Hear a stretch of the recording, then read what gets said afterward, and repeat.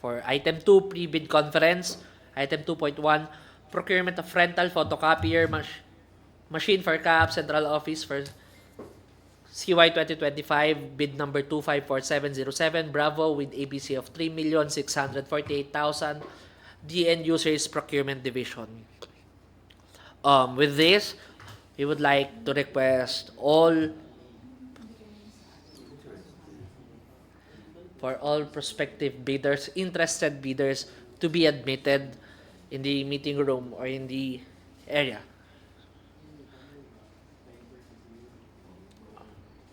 For all interested bidders for this project, kindly type in your name in the chat box and the company you are represent.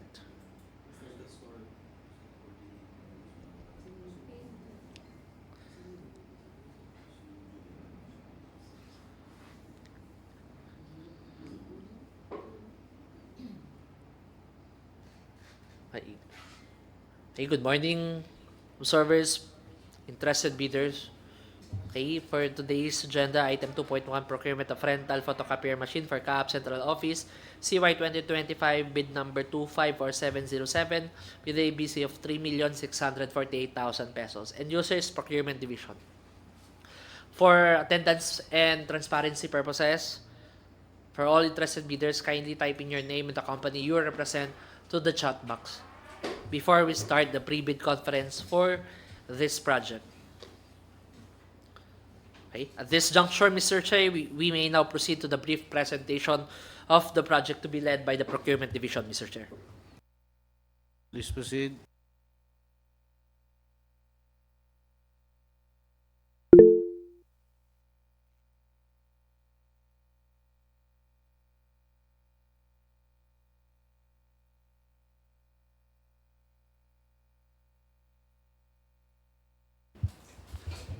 Good morning, everyone.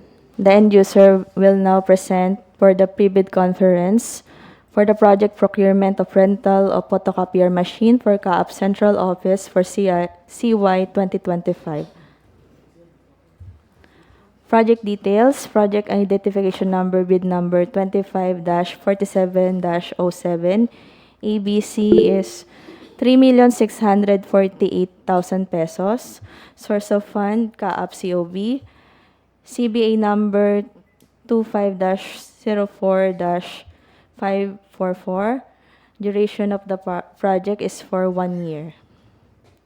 Mode of procurement, competitive bidding. Date and place of submission on or before July 30, 2025 at 9:30 a.m. Third floor supply, procurement building, Civil Aviation Authority of the Philippines, Old Mia Road, corner, Ninoy Aquino Avenue, Pasay City. Opening date is on the 30th of July 2025 at 9:30 a.m.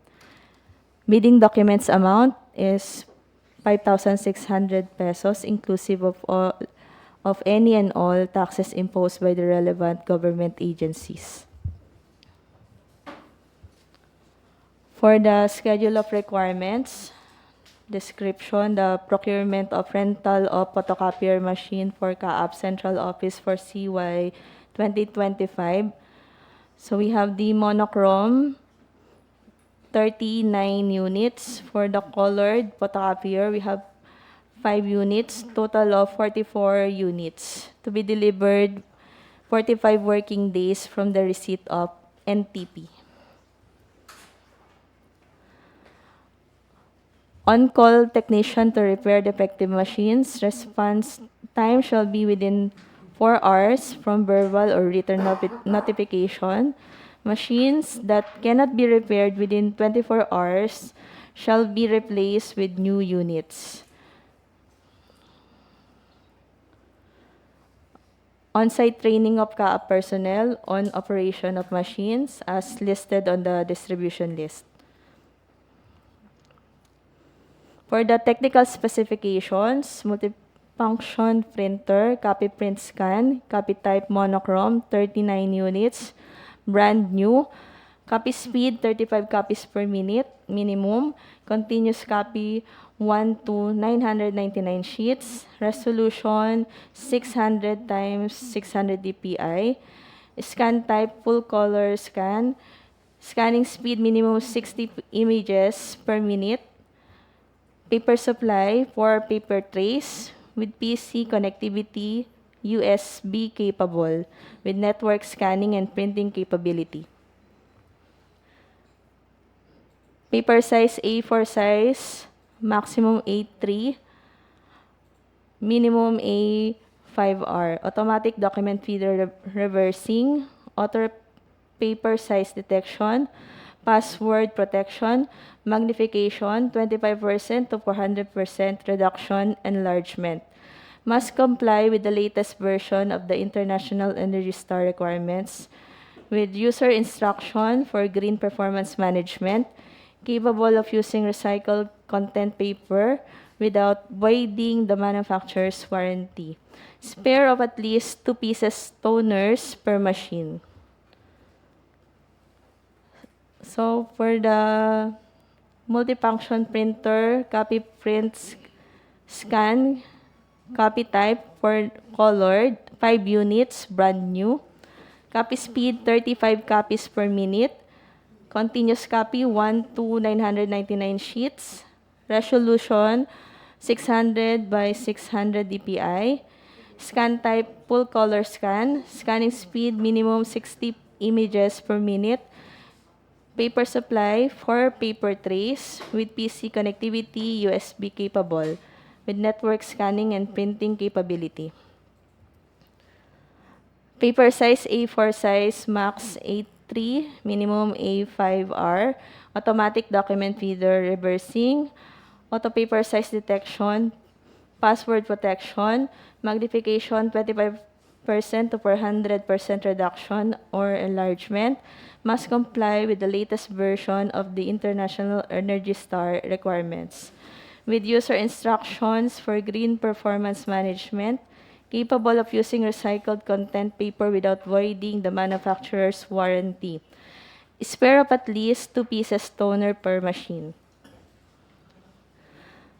Deliverables outputs to provide and make available the following goods and services to the Civil Aviation Authority of the Philippines at no extra cost.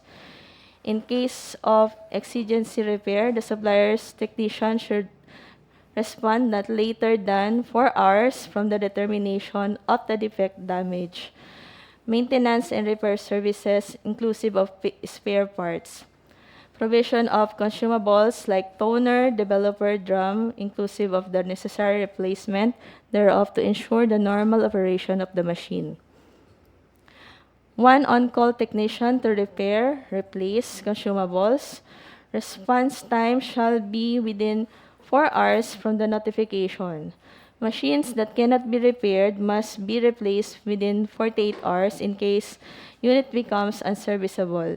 No guaranteed deposit will be required by the supplier upon delivery and installation of machines. All costs for installation and delivery of the machines shall be on account of the supplier. 2% spoilage allowance to be deducted from the gross copies. The service provider shall conduct technical training to CAAP personnel for the administration, operation, maintenance, and handling of the products to be supplied. Service provider must be capable of online and remote technical support for the photocopier machine. Service provider must provide contacts of personnel for the technical and billing concerns. Service provider shall deploy technicians who shall conduct monthly unit inspection and calibration to keep the machines in good working condition at all times. Service provider shall be responsible for the disposal of empty cartridges, toners, drums, and other waste materials obtained from the repairs and maintenance of the equipment. Service provider must provide spare of at least 2 pieces of toners per unit. Proposed terms of payment, fixed monthly rental payment of 6,000 pesos per unit of photocopier machine for monochrome and 14,000 pesos per unit of photocopier machine for colored. Total consumption of 1,500,000 pages of pre-monochrome copies, and 100,000 pages of pre-colored photocopies per year based on the number of copies shown on the meter reading cards report plus 2% allowance for spoilage. The additional billing charge shall only apply when CAAP exceed the accumulated pre-copies. The rate per copy is 1 peso for monochrome copy and 6 pesos for colored copy. The service provider must bill the end user on or before the 30th of every month with attached meter reading data for verification prior to acceptance. All payments made shall be subject to the usual government accounting and auditing rules and regulations. The cost indicated on the billing must be inclusive of all applicable government taxes. These are the distribution list. Office of the Director General, 1 colored. Civil Aviation Training Center, 1 monochrome. ICAX, 1 monochrome. AAIIB, 1 monochrome. AANSU, 1 monochrome. CORSEC, 1. Internal Audit, 1. ELS, 1. ATS, 1 monochrome, 1 colored. Air Traffic Management Center, 1 monochrome. ATS Operations Center, 1 monochrome. AIS Operation, 1. Manila Area Control Center, 1. Manila Area Data Center, 1. Aeronautical Mobile Service Center, 1 monochrome. Manila Control Tower, 1 monochrome. For the finance, 1 monochrome and 1 colored. For the accounting, 1 monochrome. Admin and Finance Service, 1 monochrome. For the Treasury Division, 1 monochrome. Budget Division, 1. Cashiering Division, 1. CRAD, 1. Procurement Division and Back Office, 2 monochrome. Supply Division, 1. Motorfuel, 1. FSIS, 1 monochrome, 1 colored. RSD, 1 monochrome. Airworthiness, 1 monochrome. FOD, 1. AEB, 1. Airman Licensing, 1. AOD, 1. OFSAM, 1. ANS, 1 monochrome. CSIS, 1 monochrome. ADMS, 1 monochrome, 1 colored. HRMD, 1 monochrome. BDD, 1 monochrome. Total of 39 monochrome units and 5 colored units. For the checklist of technical and financial documents, we have the technical component envelope, Class A documents, legal documents, valid PhilJEPS registration certificate, platinum membership, registration certificate from Securities and Exchange Commission, Department of Trade and Industry for sole proprietorship or Cooperative Development Authority for cooperatives or its equivalent document. So as shown, the other technical and financial documents. As shown, the technical documents.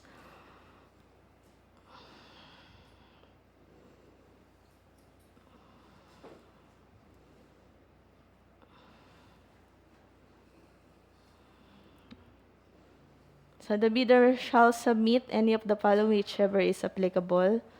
If the bidder is the manufacturer, certify that the bidder manufactures the product items, or if the bidder is an exclusive authorized distributor or dealer of the product items, certificate or contract from the manufacturers must be provided as proof that the bidder is an exclusive distributor or authorized dealer of the products items.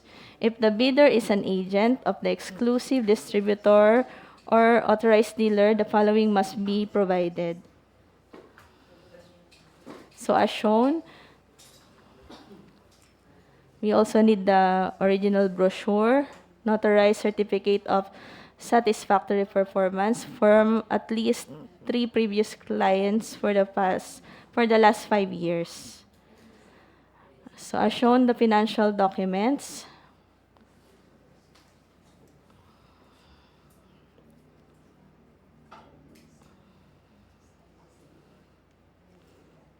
financial component envelope as shown. That's all. Thank you. Thank you, end user. Mr. Chair, at this juncture, the floor is now open for any questions, clarifications regarding this project that will be raised for today's meeting by the prospective bidders. A gentle reminder for all, before stating your question, kindly state again your name and the company you represent.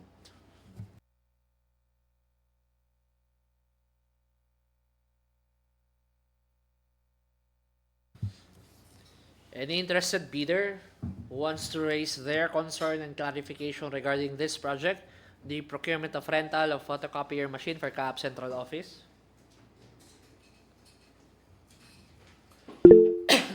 Yes, Miss Jen Kalayag, you are recognized po.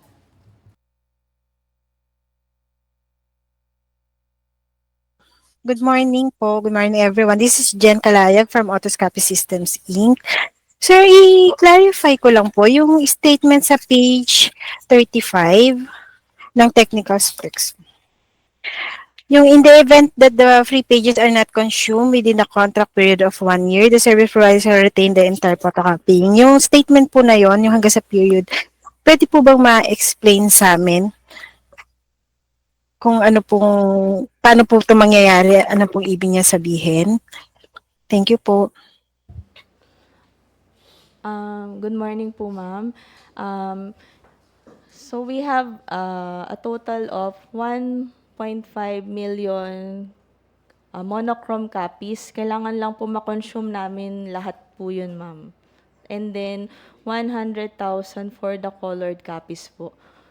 Kailangan lang pong makonsume lahat po ng 100,000 for the colored copies.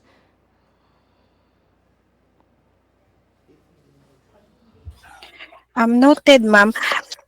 I-clarify ko din po, another question po, i-clarify ko din po na fixed monthly po yung charge po dito. Tama Yes, po? yes po. If ever po na sumobra, ma'am, yun lang po yung may additional po na bayad. Pero i-consume po muna natin yung 1.5 million copies and 100,000 copies bago po tayo mag-additional po. Bali po kunyari po, yung buong contract amount, i-divide siya sa 12 months, as fixed po yun yung babayaran monthly.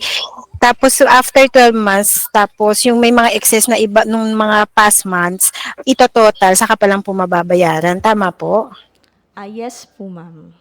Apo. Tapos if ever naman po, yung sinasabi niyong copies is hindi na-consume, yung mga natirang copies po, gagamitin natin until 5 months. Tama po? Yes po, ma'am. Tama po. Apo, malinaw po. Ma'am, pero dito sa bid form niyo po, yung format po ni bid form, pwede na po bang mabanggit? Number 48. Meron po kasi yung nakalagay po dito yung computation, pero may note po sa baba na quantities stated are indicative numbers and for bidding purposes only. Billing shall be based on actual utilization. Tama po yung note nun. Yes po, ma'am. Okay po. Noted po. Thank you po. Basta ma'am, may sobra kaming consumption sa 1,100,000, i-bill pa rin po yun sa amin.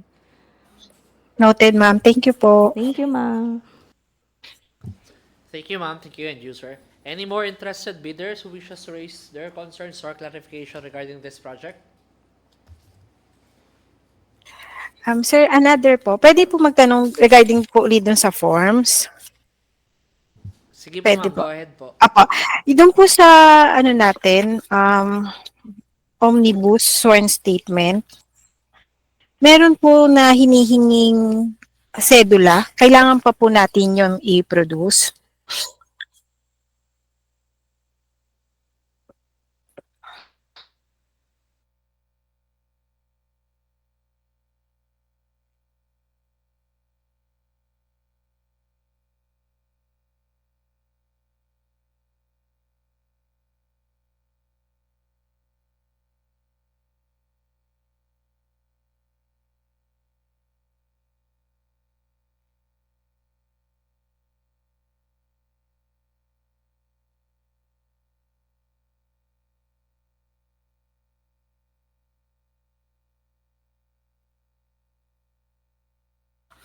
Yung sa page 63 po, saka sa Secretary Certificate, meron pong nire-request na kasama pa yung Community Tax Certificate.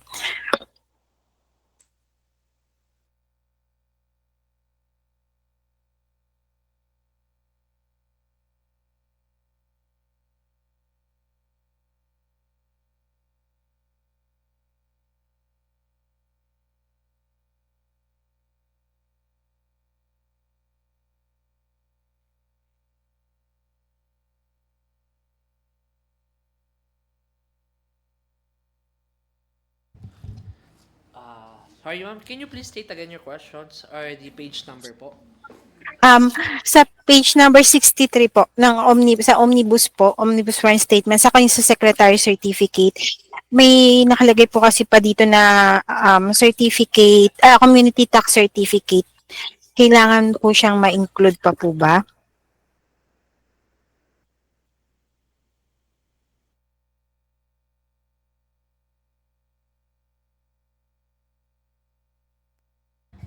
Ma'am, yung letter I po ba yan, ma'am?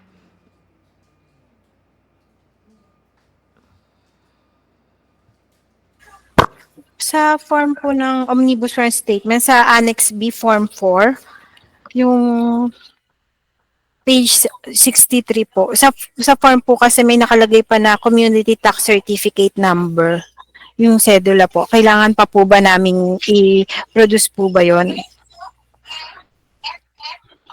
I think I've seen it end user, what the end user is referring to.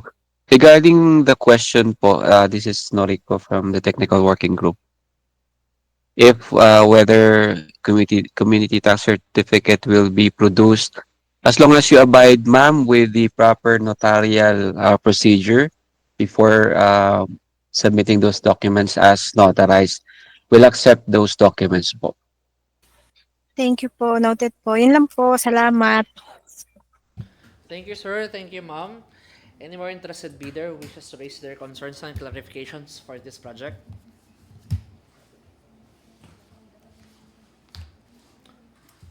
Calling once. Twice. All right. Just a few reminders. Any questions or clarification not raised today may still be submitted in writing to the BAC through the BAC Secretariat 10 days before the opening of bids as stated in the bidding documents. Any supplemental or bid bulletins, if necessary, will be issued to address concerns raised to, and will form part of the bidding documents. Mr. Chair, that concludes our pre-bid conference for item 2.1, procurement of rental of photocopier machine for CAAP Central Office CY 2025, bid number 254707, Mr. Chair. Okay, thank you. Mr. Chair, proceeding to item 2.2, pre-bid conference, purchase, installation of distance measuring equipment for Bascor Airport with bid number 254807 Bravo with ABC of 23,918,352 pesos and 70 centavos. And user, Mr. Chair, is ANS. For this project, all interested bidders, kindly type in your name and the company you are represent while conducting the pre-bid conference by the end user. Thank you. Mr. Chair, everyone, good morning. Alright. Welcome to pre-bid conference for the project purchase installation of distance measuring equipment DME for Basco Airport with bid number 25-48-07 Bravo. For the outline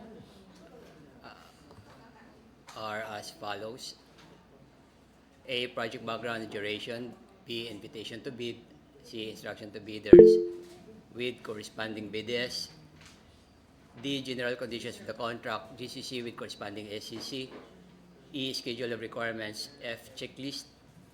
G, discussion and clarification. For project background and duration, this project shall replace the old DME equipment of Basco Airport. The scope of the project includes installation of a new distance measuring equipment dual system, including its subsystem antennae, switch over units, DC power supplies, and ancillaries, remote control monitoring system, and communication links, lightning and surge protection systems, provision of new power system, spare parts, commissioning, flight check, and civil works. For project duration, it's 365 calendar days. For the invitation to bid, the Civil Aviation Authority of the Philippines through the CAAP Corporate Budget CY 2024-2025 intends to apply the sum of 23,980,352 pesos and 70 centavos being the approved budget for the contract, or ABC, to payments under the contract for the purchase installation of distance measuring equipment for Basco Airport. Bids received in excess of the ABC shall be automatically rejected at bid opening. The CAAP now invites bids for the supply, delivery, installation, integration, training, and testing of distance measuring equipment for Basco Airport. Delivery of the goods is required within 365 calendar days. Bidders should have completed within 10 years from the date of submission and receipt of bids a contract similar to the project. Bidders shall provide proof, example certification issued by airport authority, that the offered equipment have been installed in airports from 3 different countries other than the country of origin where the offered equipment is manufactured, and the original equipment manufacturer of the equipment shall have been in the manufacturing business of DMS system equipment for at least the last 10 years. The description of an eligible bidder is contained in the bidding documents, particularly in Section 2, Instruction to Bidders. Interested bidders may obtain further information from CAAP and inspect the bidding documents at CAAP address given during 8 a.m. to 5 p.m. the back office CAAP. A complete set of bidding documents may be acquired by interested bidders on July 11, 2025 from the address to be shown in the next 2 slides, and upon payment of the applicable fee for the bidding documents, pursuant to the latest guidelines issued by the GPPB in the amount of 25,000 pesos, exclusive of any and all taxes imposed by relevant government agencies. The procuring entity shall allow the bidder to present its proof of payment for the fees presenting the official receipt. The Civil Aviation Authority of the Philippines will hold a pre-bid conference on July 18 today at 9:30 a.m. at Civil Aviation of the Philippines Conference Room or with Casabea Google Meet. Bids must be duly received by the BAC Secretariat through a manual submission at Civil Aviation of the Authority of the Philippines on or before July 30, 2025 at 9:30 a.m. Late bids shall not be accepted. All bids must be accompanied by a bid security in any of the acceptable forms and in the amount stated in ITB Clause 14. Bid opening shall be on July 30, 2025 at 9:30 a.m. at CAAP. The Civil Aviation Authority of the Philippines reserves the right to reject any and all bids, declare failure of bidding, or not award the contract at any time prior to contract award in accordance with sections 35.6 and 41 of the 2016 revised IRR of RA 9184 without thereby incurring any liability to the affected bidder or bidders. Upon payment of the bid documents, bidders must provide their respective email addresses to the BAC Secretariat. All communications, including but not limited to notices, resolutions, and replies, among others, will be sent to the email address provided by the bidders.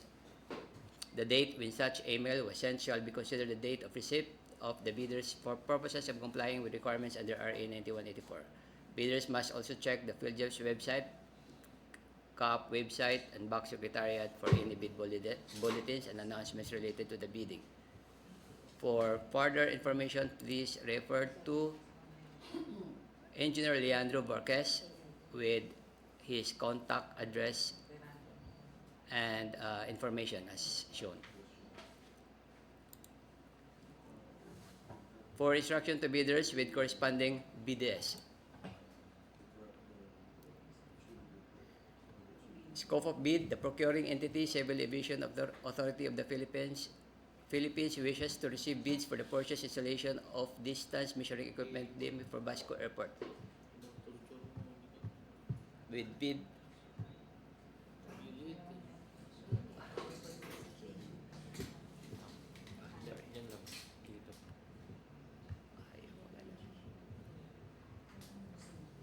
Hindi, yung mouse.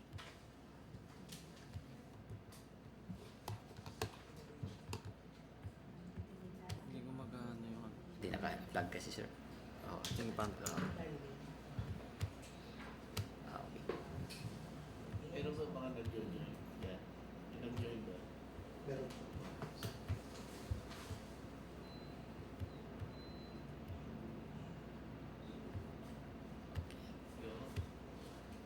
Tama. Hindi kasi maano, hindi po magitna eh. Oo. Ayun daw. Ganun lang po. Dalawang po. Dalawang ulit. So, for funding information,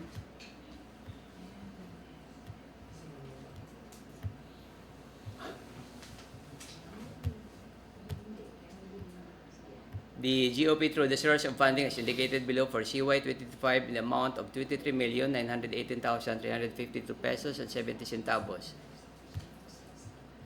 The source of funding is corporate operating budget for 2025 APP item number 1060 3050 2770.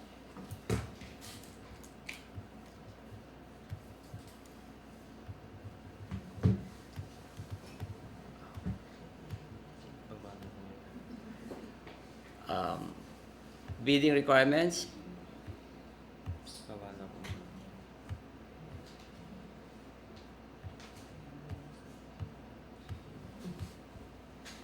Year ba ng procure yan at Ano ba? Medyo malaki. pinapakita mo kay check naman eh.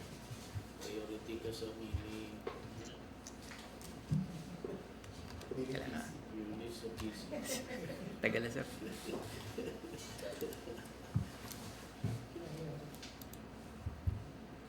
Kayo po.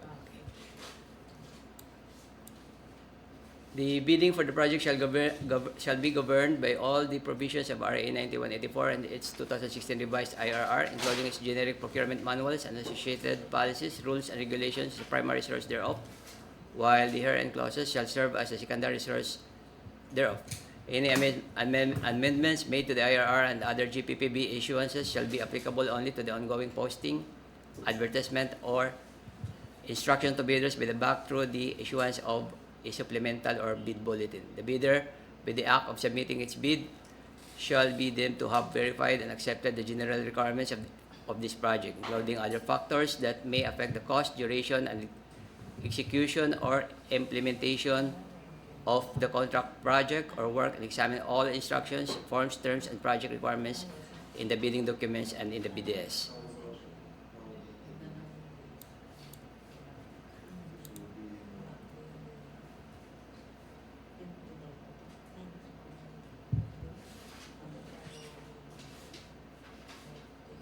For corrupt, fraudulent, collusive, and coercive practices, no further instruction for eligible bidders.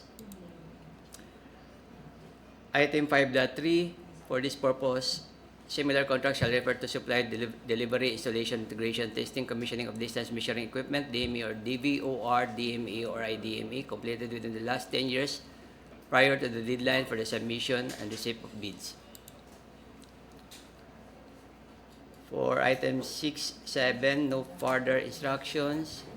8, items 8, 9, 10, no further instructions. For item 12.1, A4, incidental services for goods offered from within Philippines include but are not limited to the following. All expenses for the processing of permits and licenses shall be part of the price schedule of the equipment. Provision, installation of cables, grounding, surge protection, and other additional or auxiliary electrical adapters, signal converters, connectors, components, fixtures, interface fittings, and mounting kits, cable management, etc. for the different equipment to meet operational and functional requirements. Importation licenses and permits, civil electrical engineering services, installation costs, training, project management services, as-built plans and drawings, design fungibility certificate compliant to IKO requirements.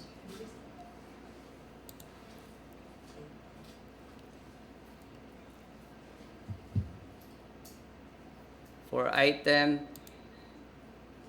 12.1B, 2, incidental services for goods offered from abroad, include but are not limited to the following: provision, installation of cables, grounding, surge protection, and other additional or auxiliary electronic and electrical adapter, signal converters, connectors, uh, components, fixtures, interface fittings, cable management, etc. Export licenses, permits, engineering services required for design and configuration, equipment installation cost, VAT, and training and related documents, related equipment test, site technical training to be conducted by certified authorized technical personnel from the OEM manufacturer, installation, operational maintenance, and other forms of manual, system, and circuit diagrams, equipment as-built plans and drawings, and design fungibility certificate compliant to IQO documents. For item 13, no further instruction. For bid security 14.1, the bid security shall be in the form of bid securing declaration or any of the following forms and amounts. The amount of not less than 478,367 pesos and 5 centavos if bid security is in the cashier's manager's check, bank draft guarantee, or irrevocable letter of credit. The amount of not less than 1,195,117 pesos and 64 centavos if bid security is in surety bond. No further instructions for item 15 and 16, 17 and 18, and for 19.2, partial bid is not allowed. The goods are grouped in a single lot, and the lot shall not be divided into sublots for the purpose of bidding, evaluation, and contract award.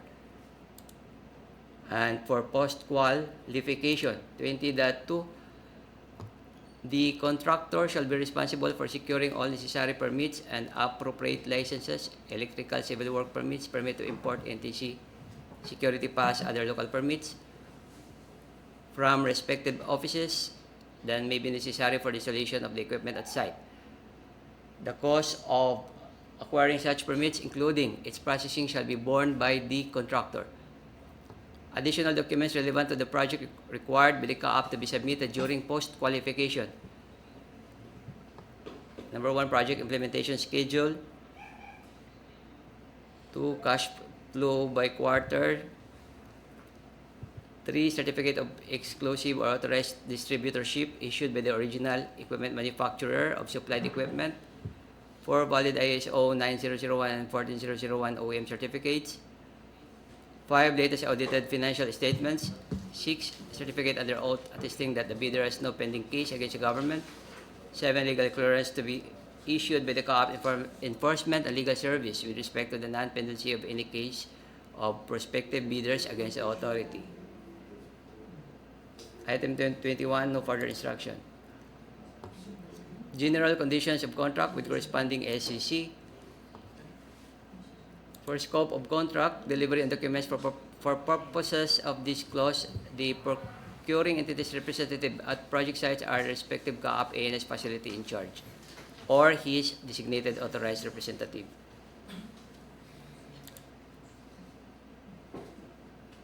No further instructions for item 2, 3, 4. For 4, the inspections and tests to be conducted shall be the following. A, verification inspection of DME equipment and conformity to contract specification. B, verification or inspection of manhole construction, power cable within conduits, laying, trenching, and backfilling. C, periodic inspections at site, VAT, commissioning, and SAT. For 5, under warranty, contractor supplier shall warrant the entire equipment, assembly software, and related integration site works for 1 year defect liability period or DLP for parts and service plus 1 year warranty period parts and service. Item 6, no further instruction. For schedule of requirements,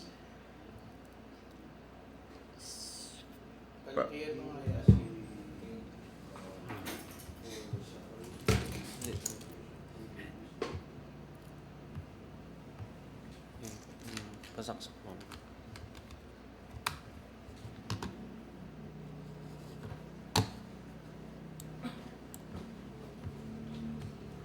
siya pwede magsabay.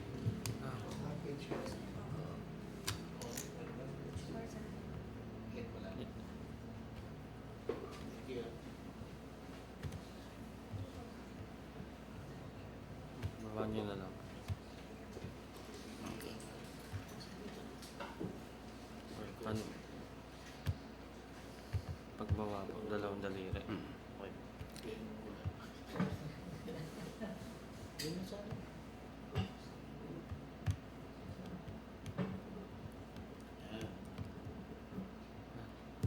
Okay. So for the schedule of requirements, item 1, DME equipment and subsystem 1 set. The associated packages, DME equipment 1 kilowatt to include antenna with supporting mast and tandem, obstruction lights, operation, maintenance, technical manuals in English language including as-built plans and diagrams. Item 2, 1 set for system monitoring and control equipment and its associated packages, network link, modems and configuring items, coaxial cabling including mechanical protection, terminal board with communication cabling, power distribution board and power cabling, workstation, OEM approved PC at least 19 inches monitor and basic inkjet printer. Item 3, 1 set for DC power supply system with emergency DC power supply capacity 30 minutes for DME operation. Item 4, DME spare parts, transmitter group, receiver group, control and monitoring group, antenna assembly group, backup and power supply group.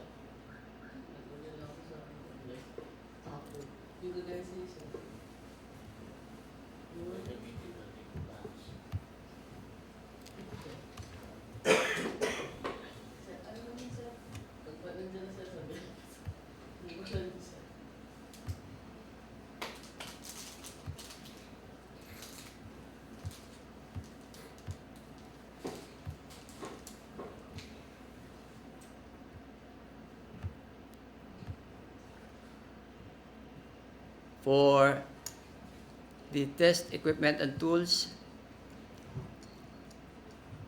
oscilloscope dual trace 500 MHz portable digital 1 unit, digital multimeter 2 units, peak power meter for DME with 50 to 2500 watt, plug-in elements 1 set, extended boards 1 set. Item 6, on-site training fat and travel cost, training factory acceptance detailed as on-site test equipment training, 2 person for 5 days, on-site training for person for 5 days, factory training for person for 5 days, factory acceptance test, 2 person for 5 days in 1 lot. So for commissioning flight check, item 7, 1 lot, 6 hours commissioning flight check, including support.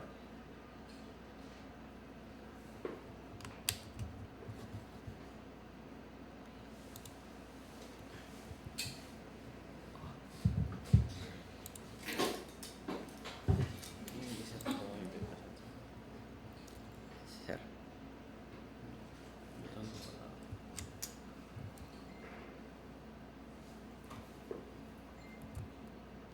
Wala po. Ano po dito? Ito. Oo, ganito.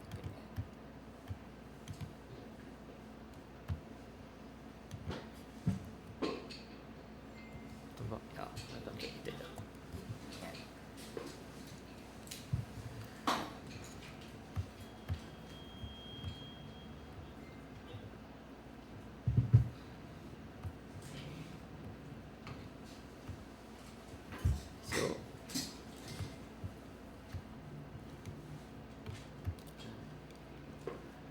So for the checklist,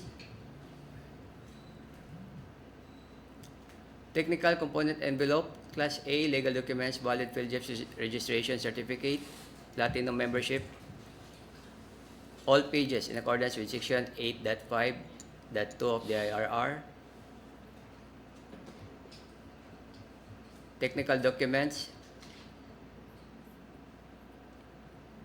Statement of the prospective bidder of all its ongoing government and private contracts, including contracts awarded but not yet started, if any, whether similar or not similar in nature and complexity to the contract to be bid. Statement of the bidder's single largest completed contract, SLCC, similar to the contract to be bid, except under conditions provided for in sections 23.4.1.3 and 23.4.2.4 of the 2016 revised IRR of RA 9184 within the relevant period as provided in the bidding documents, and the original copy of bid security, if in the form of surety bond, submit also a certification issued by the Insurance Commission or original copy of the notarized bid securing declaration, and conformity with the technical specifications, which may include production, delivery schedule, manpower requirements, and or after sales parts if applicable, and original duly signed omnibus sworn statement OSS, and if applicable, original notarized secretary certificate in case of a corporation, partnership or cooperative, or original special power of attorney of all members of the joint venture giving full power and authority to its officer to sign the OSS and do acts to represent the bidder.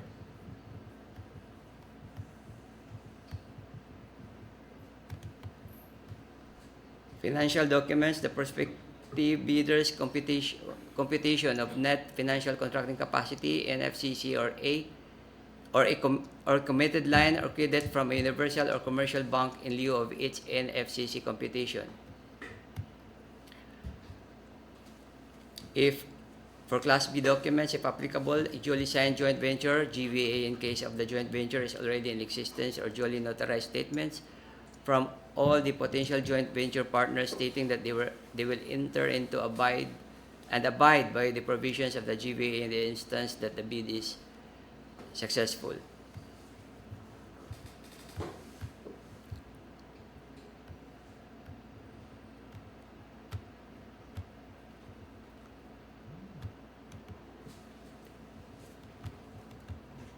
Malagkit eh.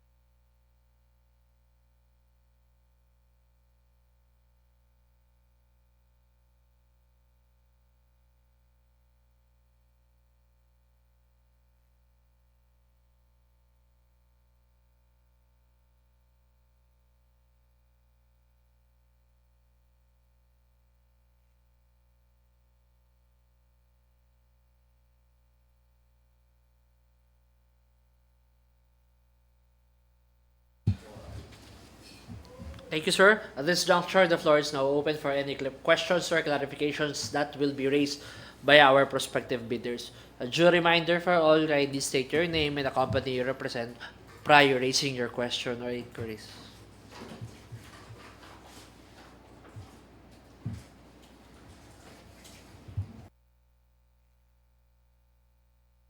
Kailan tayo last time nag-procure ng DMA ka? When was the last time? 5 years ago?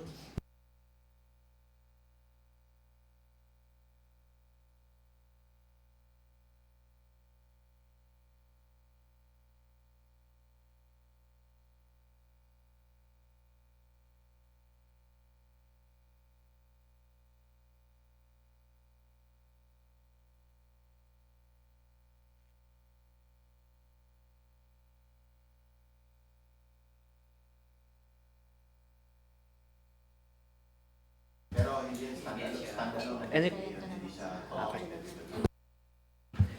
Questions? Clarifications? Calling once? Twice? All right. Just a few reminders, any questions or clarifications not raised today may still be raised in writing addressed to the BAC through the BAC Secretariat 10 days before the stated opening of bids in the bidding documents. Any supplemental bid or bid bulletins, if necessary, will be issued to address concerns raised and will form part of the bidding documents. Mr. Chair, this concludes our pre-bid conference for item 2.2, purchase installation of DME for Basker Airport. Mr. Chair, proceeding to the pre-bid conference item 2.3. Okay, but before that, we would like to manifest that all prospective bidder who has no interest of joining this project is now excused and may now leave the meeting area. For the project of purchase and installation of meteorological instruments for Bukidnon Airport, this is a dual site, with bid number 254907, Bravo, ABC of 22,527,543 pesos and 38 centavos. And users ANS, we may ask now the interested bidders to be admitted to the meeting area. We understand that there are some who wishes to attend via online. There are some who wishes to attend via face-to-face. For transparency and records purposes, may I respectfully ask for those interested bidders who wishes to attend online to type in their name via chat box and the company they are represent. Also, for attendance purposes and for clarification, for bidders who wishes to attend face-to-face, ma'am, may we invite you to state your name and the company you represent. Thank you.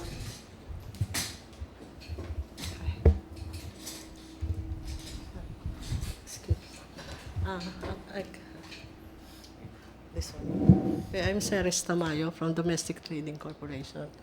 And my companion is Miss Mariel T. and Lenny Peñaranda, my colleagues. Thank you, ma'am. At this juncture, Mr. Che, we may now proceed to the pre-bid conference for this project. Purchase installation of meteorological instruments for Bukidnon Airport to be presented by the ANS, Mr. Chair. Mr. Chair, everyone, good morning. Welcome to pre-bid conference for the project purchase installation of MET instruments for Bukidnon Airport dual site with bid number 25-49-07 Bravo.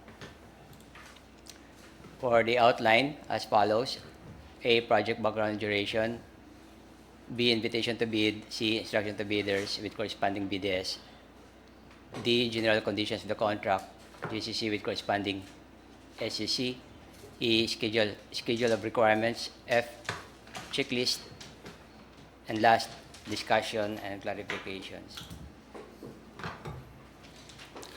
For project background and duration, this project shall replace the old MET instrument of Bukidnon Airport. The scope of the project includes installation of new MET equipment composed of meteorological sensors and display, data collection and telemetry system, meteorological equipment power source, fungible 10-meter mast with lightning protection, and obstacle light provision with spare parts, power cable, and civil works, testing, and personnel training. Project duration is 365 calendar days. The Civil Aviation Authority of the Philippines, through the DOTR CAAP Memorandum of Agreement, DOTR downloaded FY 2024, intends to apply the sum of 22,527,543 pesos and 38 centavos being the approved budget for the contract, or ABC, to payments under the contract for the purchase installation of instruments for Bukidnon Airport dual site. Bids received in excess of the ABC shall be automatically rejected at bid opening. Again, Bukidnon Airport, or ANF, is considered for this project with the following components, each with 2 sets of meteorological weather sensors and displays, data collection telemetry, 2 sets for data collection telemetry systems, 2 sets for meteorological equipment power source, 2 sets of fungible meteorological mast and 1 lot for power provision civil works.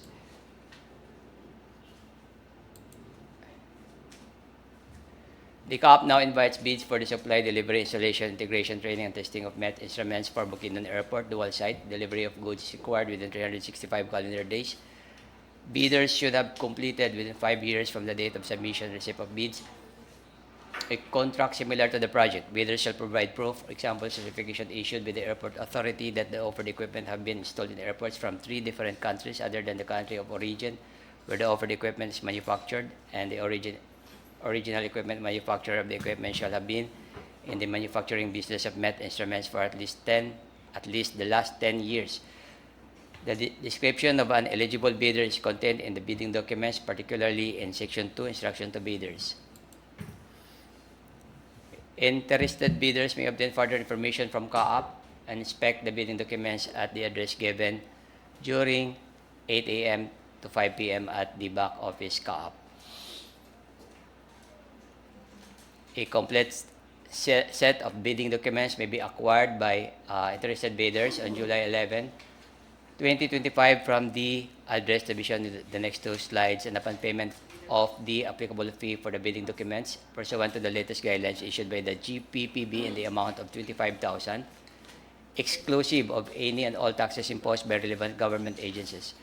The procuring entity shall allow the bidder to present its proof of payment for the fees presenting the official receipt. The bids must be duly received by the BAC Secretariat through manual submission at Civil Aviation Authority of the Philippines on or before July 30, 2025 at 9:30 a.m. Late bids shall not be accepted. All bids must be accompanied by a bid security in any of the acceptable forms and in the amount stated in ITB Clause 14. Bid opening shall be on July 30, 2025 at 9:30 a.m. at Civil Aviation Authority of the Philippines. Bids will be opened in the presence of the bidders' representatives who choose to attend the activity. The Civil Aviation Authority of the Philippines reserves the right to reject any and all bids, declare a failure of bidding, or not award the contract at any time prior to contract award in accordance with sections 35.6 and 41 of the 2016 revised IRR of RA 9184 without thereby incurring any liability to the affected bidder or bidders. Upon payment of the bid documents, bidders must provide their respective email addresses to the BAC Secretariat. All communications, including but not limited to notices, resolutions, and replies, among others, will be sent to the email address provided by the bidders. The date when such email was sent shall be considered the date of receipt of the bidders for purposes of complying with the requirements under RA 9184. Bidders must also check the PhilJEP's website, CAAP website, and BAC Secretariat for any bid bulletins and announcements related to the bidding. For further information, please refer to Engineer Leandro Varquez with his contact details as shown.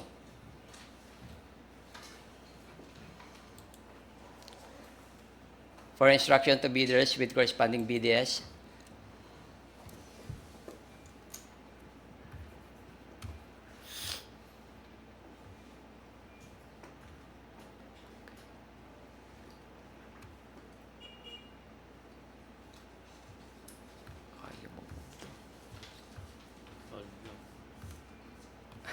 thank you.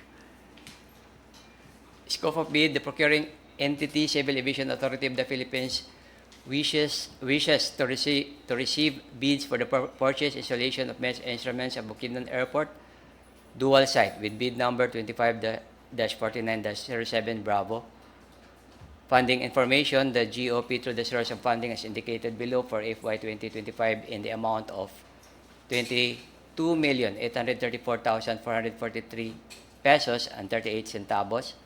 The source of funding is per CAR number 2025-02-002 dated February 18, 2025, funded under SOAR OSEC LF-101-02-2025-00003 dated February 10, 2025.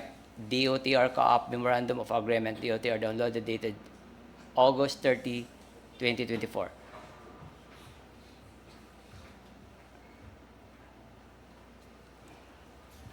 Bidding requirements. The bidding for the project shall be governed by all the provisions of RA 9184 and its 2016 revised IRR, including its generic procurement manuals and associated policies, rules, and regulations as the primary source thereof, while the herein clauses shall serve as a secondary source thereof. Any amendments made to the IRR and other GPPB issuances shall be applicable only to the ongoing posting, advertisement, or instruction to bidders by the BAC through the issuance of a supplemental or bid bulletin.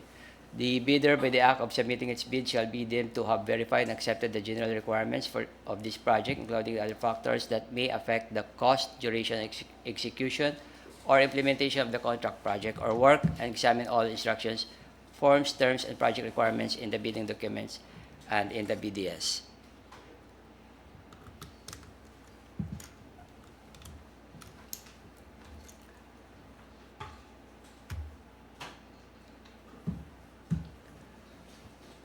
No further instructions for item 4. For item 5,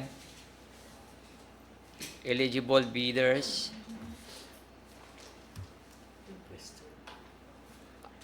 Under 5.3,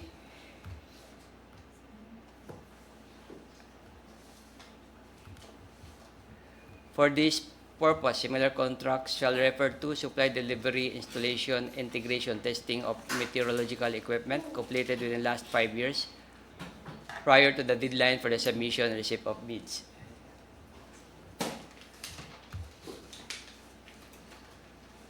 No further instructions for items 6, 7,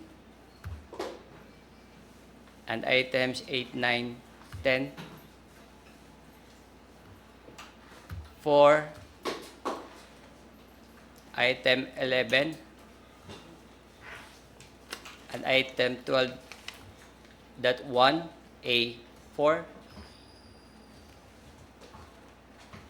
incidental services for goods offered from within Philippines include but are not limited to the following. All expenses for the processing of permits and licenses shall be part of the price schedule of the equipment, provision, installation of cables, grounding, surge protection, and other additional or auxiliary electrical adapter, signal converters, connectors, components, fixtures, interface fittings, or mounting kits, cable management, etc. for the different equipment to meet the operational and functional requirements, importation licenses and permits, civil electrical engineering services, installation costs, training, project management costs, project management services rather, as-built plans and drawings, and design fungibility certificate compliant to ICAO requirements.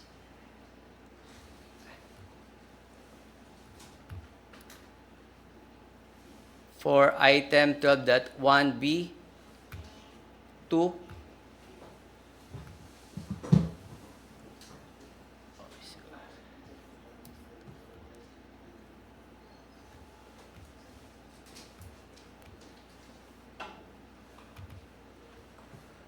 incidental services for goods offered from abroad include but are not limited to the following: provision, installation of cables, grounding, surge protection, and other additional or auxiliary electrical adapters, signal converters, connectors, components, fixtures, interface fittings, cable management, etc. for the different equipment to meet operational and functional requirements, export licenses and permits, engineering services required for design and configurations, equipment installation costs, training and related documents, related equipment tests, site technical training to be conducted by certified authorized technical personnel from the OEM, installation, operational maintenance, other forms of manual system circuit diagrams, equipment, as-built plans and drawings, design fungibility certificate compliant to ICAO requirements.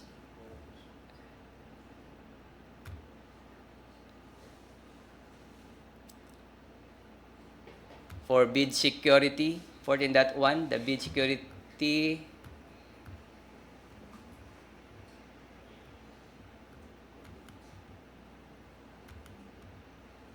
shall be in the form of bid securing declaration or any of the following forms and amounts. A, the amount of not less than 450,550 pesos and 87 centavos.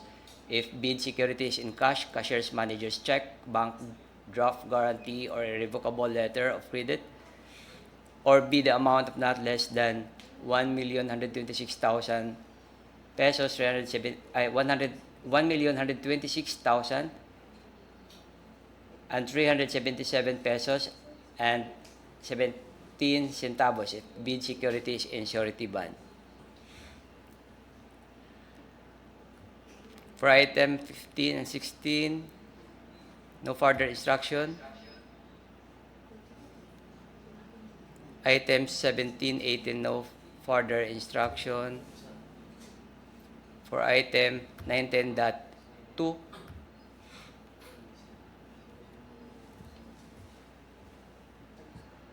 partial bid is not allowed. The goods are grouped into single lot, and the lot shall not be divided into sublots for the purpose of bidding, evaluation, and contract award.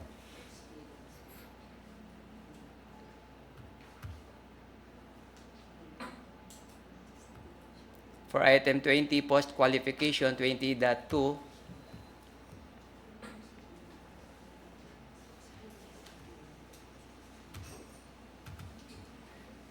the contractor shall be responsible for securing all necessary permits and appropriate licenses.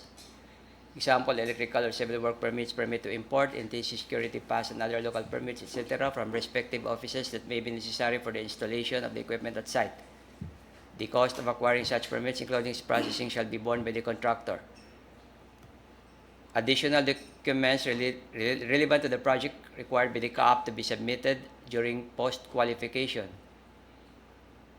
Project implementation schedule, cash flow by quarter, certificate of exclusive or authorized distributorship issued by the original equipment manufacturer of supplied equipment, valid ISO 9001 and 14001 OEM certificates of company and product, latest audited financial statements, a certificate under oath attesting that the bidder has no pending case against the government, and legal clearance to be issued by the CAAP enforcement and legal service with respect to the non-pendency of any cases of respective bidders against the authority.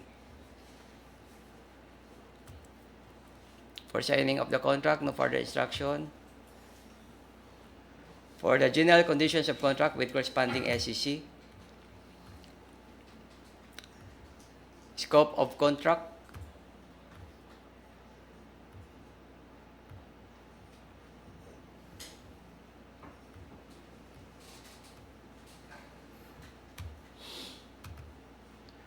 delivery and documents. For purposes of this clause, the procuring entity's representative at project sites are the respective CAAP ANS facility in charge or is designated authorized representative.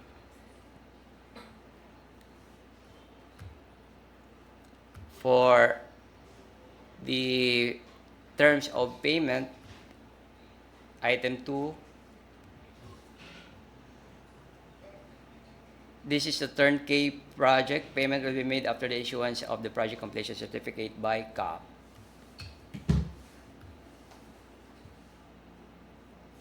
No further instruction or requirement for performance security, for inspection and test.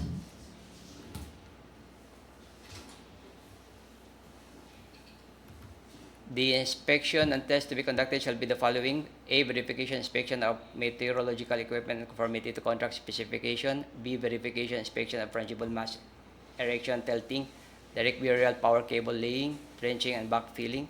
C. Periodic inspection at site commissioning and SAT.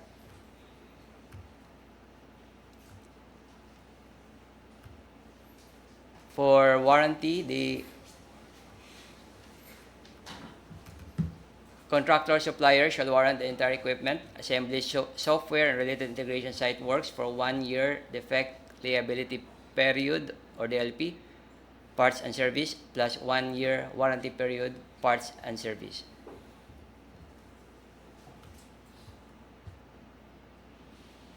For item 6, no further instruction. Schedule of requirements.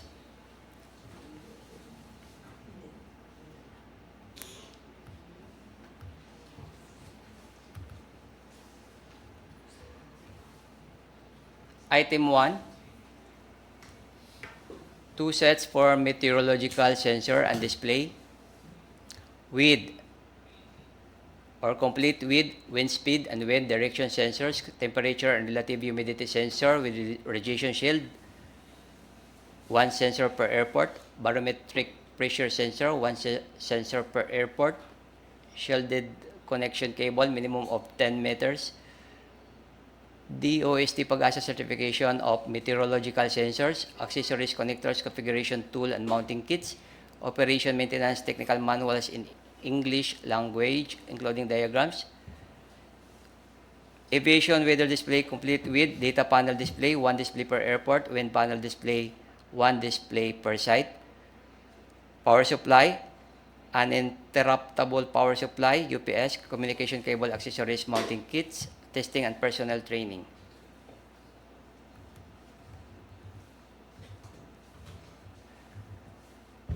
And another 2 sets for data collection and telemetry system, complete with data logging system, stainless steel enclosure with NEMO 4 or equivalent rating located at the runway sensor sites, lightning arrestor, surge protection device, cabling interface, mounting hardware, mounting kits and accessories, UHF communication radio system, systems complete with UHF radio transceivers, modem located at the control tower FSS building, UHF radio transceivers or modem located at runway sensor sites, UHF directional antenna systems, UHF antenna cable, minimum of 10 meters per antenna, lightning arrestor, surge protection device, cabling and interface, UHF frequency licenses, operation and maintenance manuals, accessories, connectors, and mounting kits, testing and personnel training.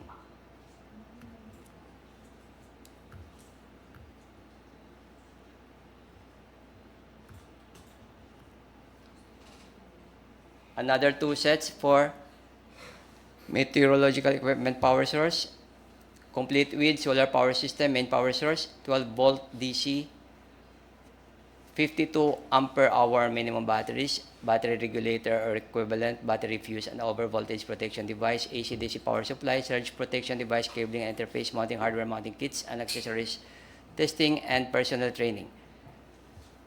Another 2 sets for frangible 10-meter mast with lightning protection obstacle light, ICAO compliant frangible 10-meter mast with foundation kits with plywood box, provision for lightning rod, passive lightning rod, LED obstacle lights, universal mounting arm for wind sensors, accessories, connectors, and mounting kits, testing and personnel training. And 1 lot for spare parts, med spare parts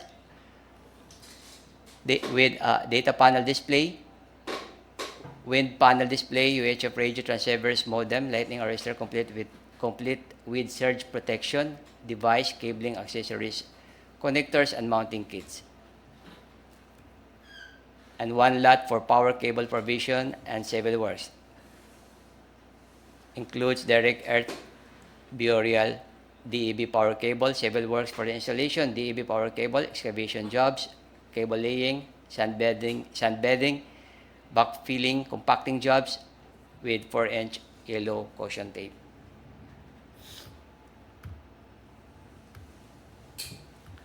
For the checklist,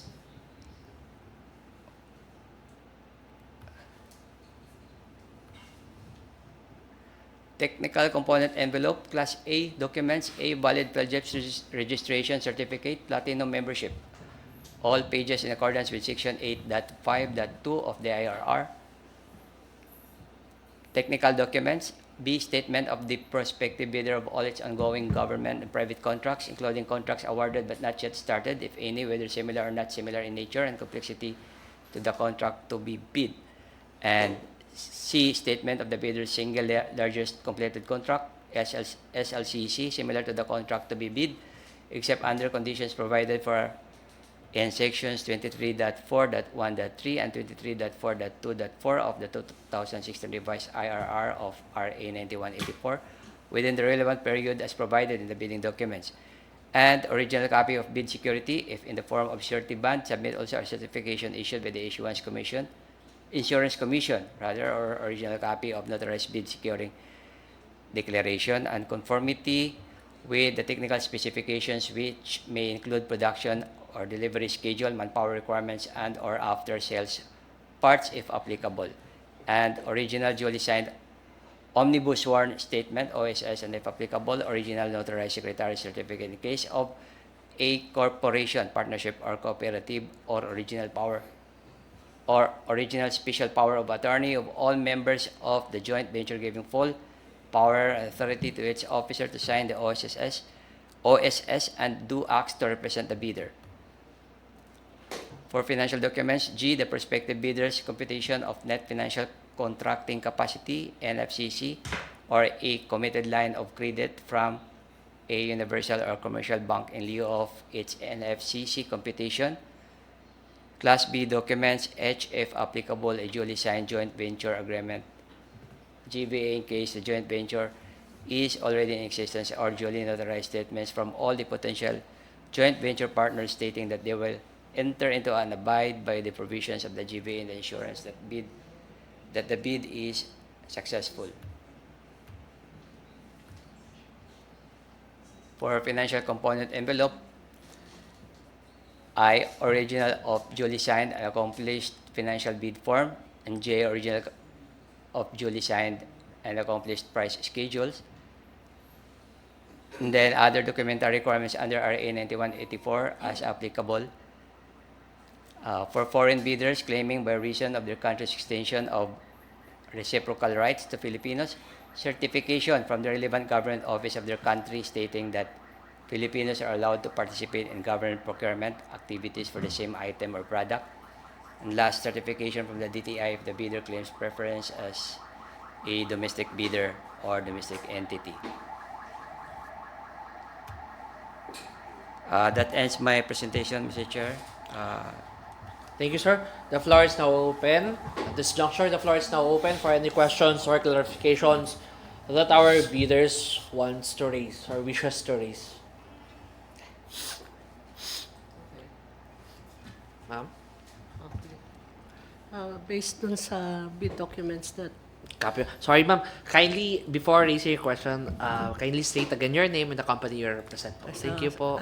Ceres Tamayo from Domestic Trading.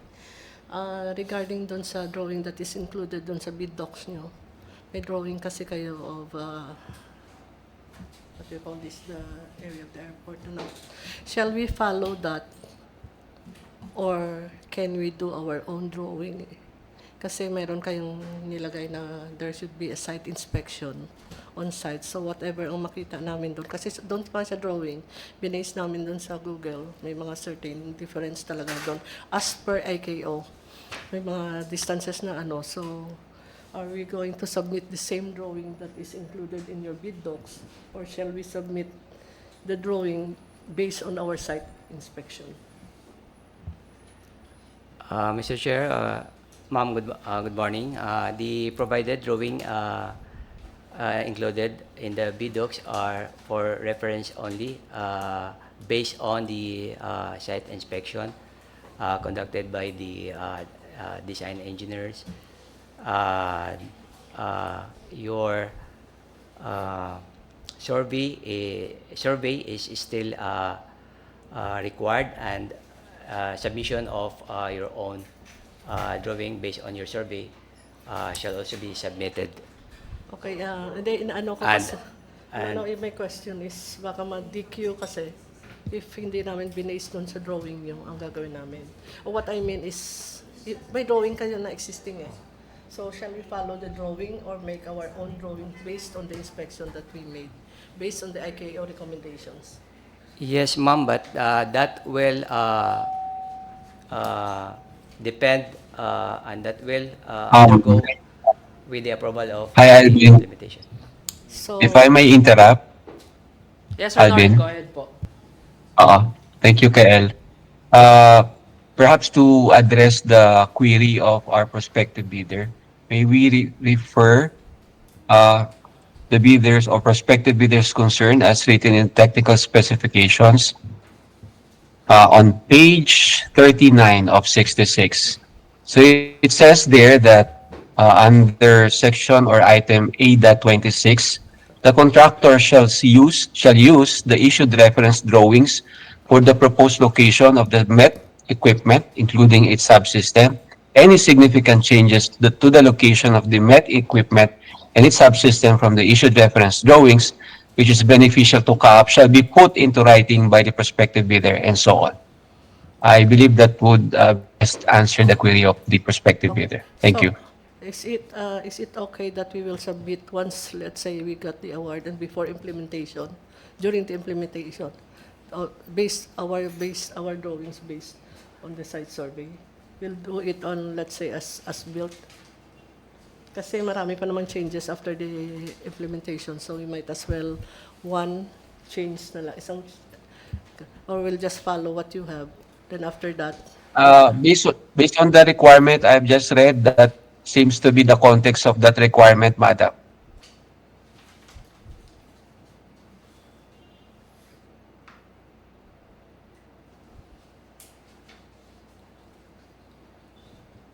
Will you please repeat what the explanation, please, for more clarity? I'm sorry, Mr. Chair. I'm sorry, Mr. Chair. Maybe my internet connection is poor. I got disconnected during uh, my response to the comment made by the prospective bidder. Again, Mr. Chair, in connection to what the prospective bidder has said in relation to the project requirement, it is clear that the initial drawings that will be provided to the prospective bidder, as the name implies, is initial. It's subject to change based on when the project is implemented. It could adapt to the need of the requirement okay. or the equipment where should it be installed, etc. Okay, so we'll just use the existing drawing on the bid docs. That's correct. Kami mag-change? Okay. But can we put, let's say, a note that, a note, o remarks lang? Okay, sige, that's it. Findings na. Oo, kasi we will follow what the IKO is telling us, so but ang inaano din, baka ma-DQ kay we will not follow the drawing. So, okay, we'll follow the drawing first. Okay, thank you. Another one is your requirements for the cables from the arrestor going to arrestor. You suggest nyo it should be thin copper wire. Now, based on our equipment from the supplier, kasi lahat kami from the supplier, lahat ng equipment, wala kaming sinusupply from here. We will be using the copper wire, aluminum copper wire. Well, kasi that is the original from Vaisala, from the copper wire. If we will be using the required on tin, so that we will be using the local one here, for that, just for that certain cable. So, I just want to clarify kung pwede, if we can use that, or kasi if we will use our original from Vaisala, from our supplier, we will be using the copper wire, aluminum copper wire. Pero yung sa bid docs nyo calls for thin copper cables only from the arrestors. Arrestor lang naman siya. Just, I don't know. Kasi we have been using aluminum copper for the last how many years since the airports, no, and I think it's okay. Kasi that's the original from the OEM manufacturer talaga. So, that's it. I guess it is allowed as long as it ensures the safety Yeah. It's And, original. It came from, kung in gusto- accordance with the technical standards. Yeah, exactly. Okay. Kailangan pa bang bid bulletin niya? Oo. Okay. Okay. Just do the bid bulletin para for clarity. Okay, and another one is that we are required to submit a number of hard copy documents for sensors, manual, and everything. And now, since we are in a digital world, can we submit a soft copy using the USB for that, instead of giving you the hard copy? Kasi yan na rin ang pinabibigay sa amin ngayon eh. Kasi digital world na raw eh. Kaya kailangan sa USB na lang lahat. Is it okay? If I may, Mr. Chair, Please. I believe the purpose of providing or asking for the hard copy is for easy, quick reference in finding the supporting claim or in invalidating the claim of the prospective bidder or the bidder on the compliance to the requirement. So it would be helpful if, well, they can provide a soft copy as long as the it is the same as the one they provided for the hard copy, not only the soft copy. Yeah, is it okay because you're asking for 4 copies, I think, and that it will be a large number of, yeah. So can we, let's say, supply at least 1 copy of the hard and the others will be through USB, a soft copy? For clarification, Mr. Chair, can you please identify what particular requirement are you referring to po? I like the maintenance documents, the service, everything about the sensors, installation manuals and everything. That's it.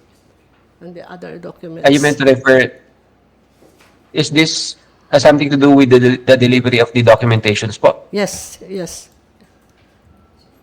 Okay, I believe, I believe the right person to answer the query, Mr. Chair, is the end user. I was thinking that that question might be referring to the supporting documents towards the claim on compliance to the technical specifications.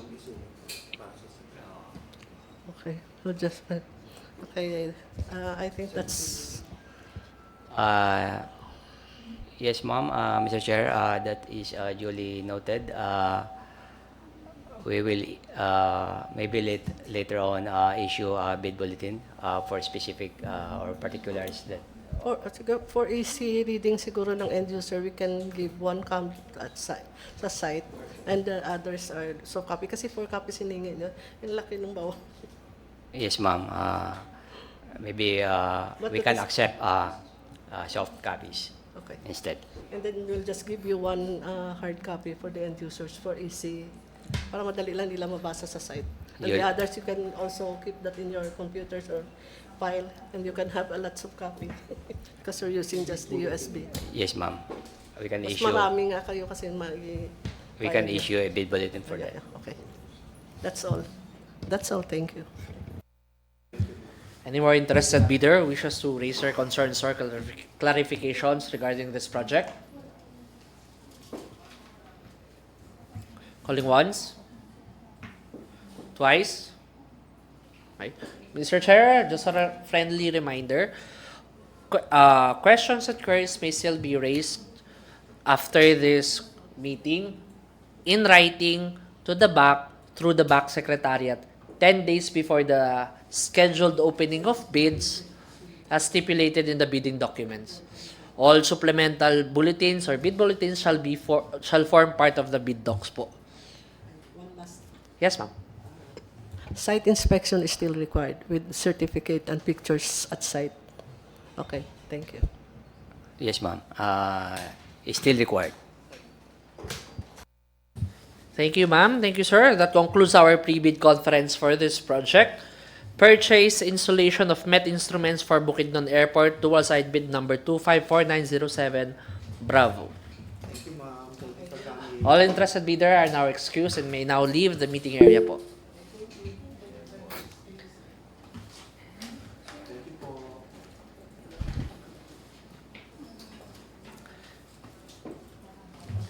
Mr. Chair, for item 2.4, pre-bid conference, supply and delivery of 28 units of mini PC with bid number 255007 Bravo, with ABC of 1,960,000 and user is ITD, Mr. Chair. All interested bidders may now be admitted to the meeting area, and this is a kindly reminder for all prospective bidder to state your name and the company you represent. All questions and clarifications that will be raised during the pre-bid conference shall be entertained after the presentation po. All bidders who are not interested for this project are now excused and may now leave the meeting area. Thank you.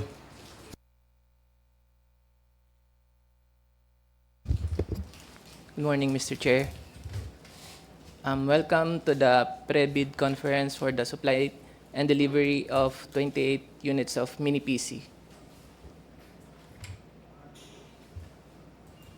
Bid number 25-5007 50-07. May bidder ba online? Tingnan mo yan. Tingnan mo sa ano. Yan.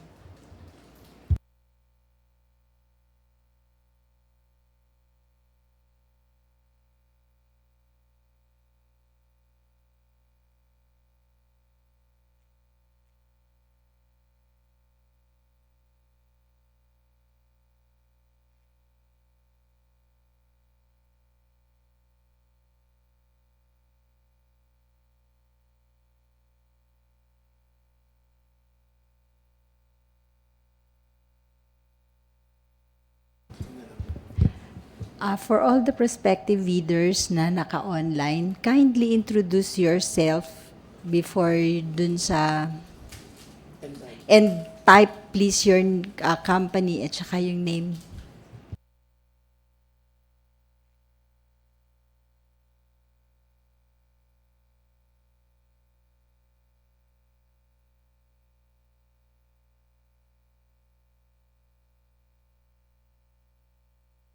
Good morning, ma'am. Genevieve Batong from Pronet System po.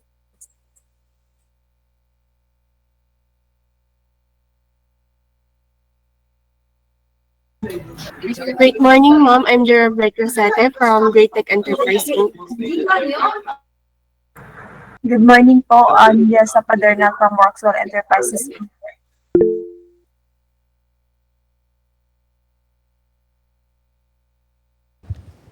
Thank you po. To continue,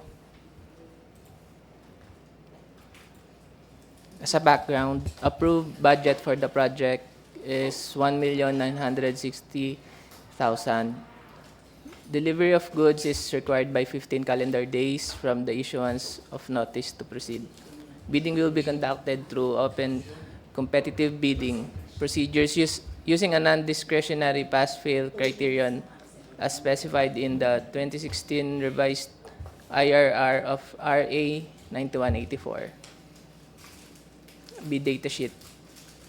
ITB clause 5.3.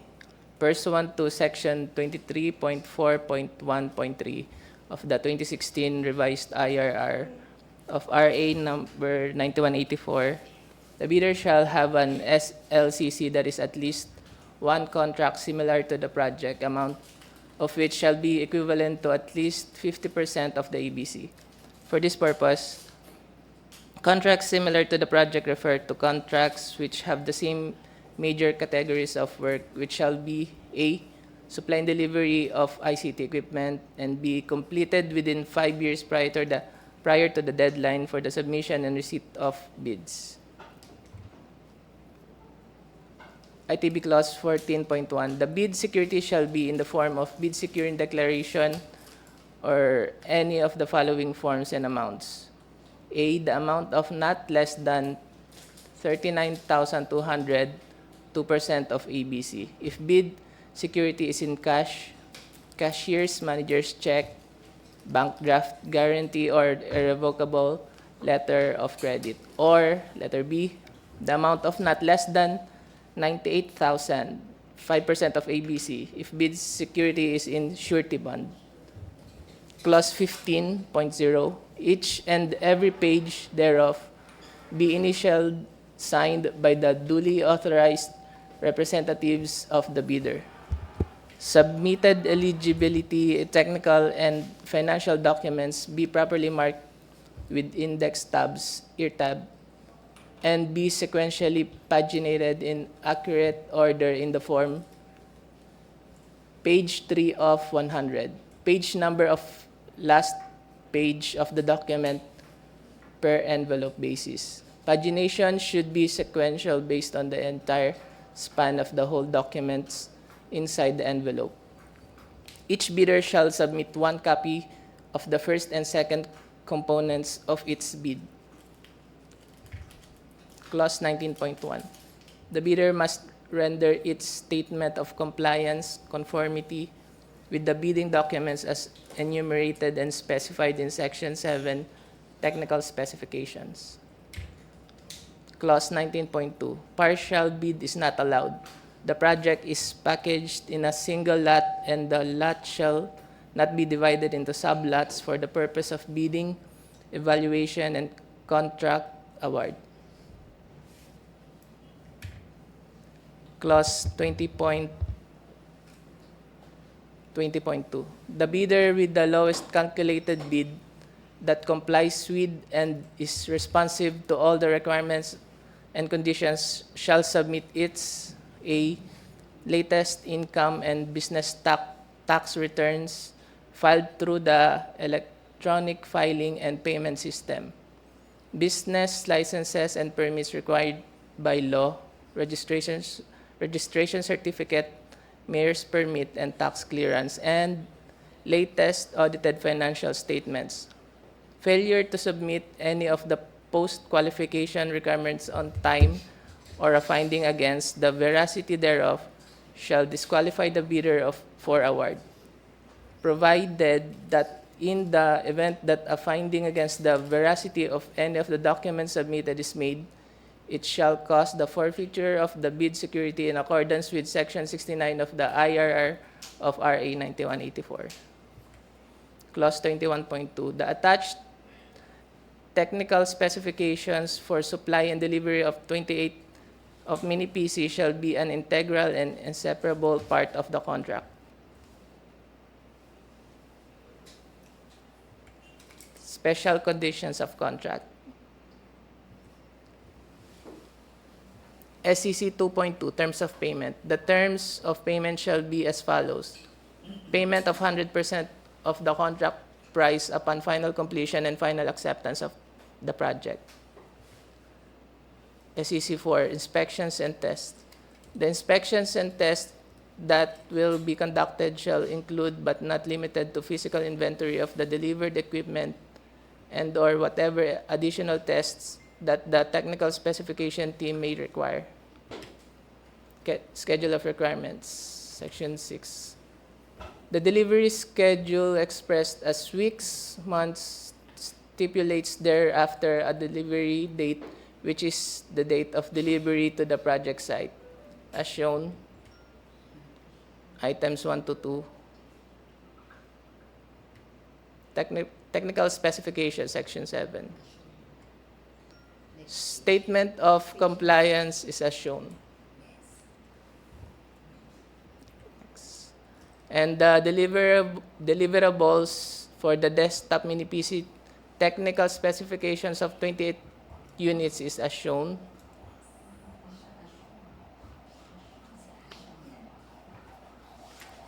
Checklist of technical and financial documents, Chapter 8, as shown for the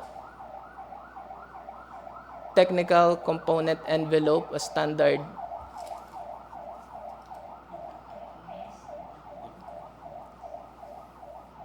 Next.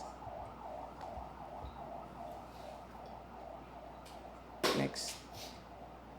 Bidding forms, Section 9. For further information, please refer to Mr. Engineer Leandro Varquez. Contact details is as shown. Thank you po. Thank you, User. And now, the floor is now open for any questions or clarifications regarding this project. A gentle reminder for all, kindly state again your name, the company you represent, prior raising your concern po.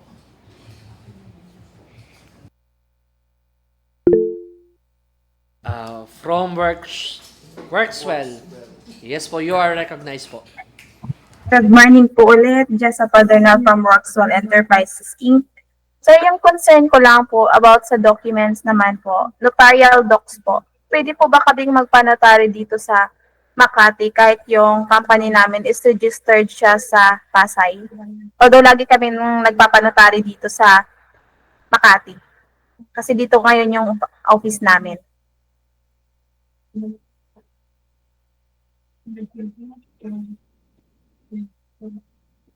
If I may respond, Mr. Chair. Yeah, the notarial can be done even if it is not within the premise. I mean, the area of the office where, I mean, the company where the office is located. So you can have it notarized in Makati or in other cities for as long as it is notarized by a legitimate notary party. Okay po. And then, second, sir, is yung about sa pag-fill up ng form, computerized po ba or kailangan handwritten or both pwede siyang handwritten po?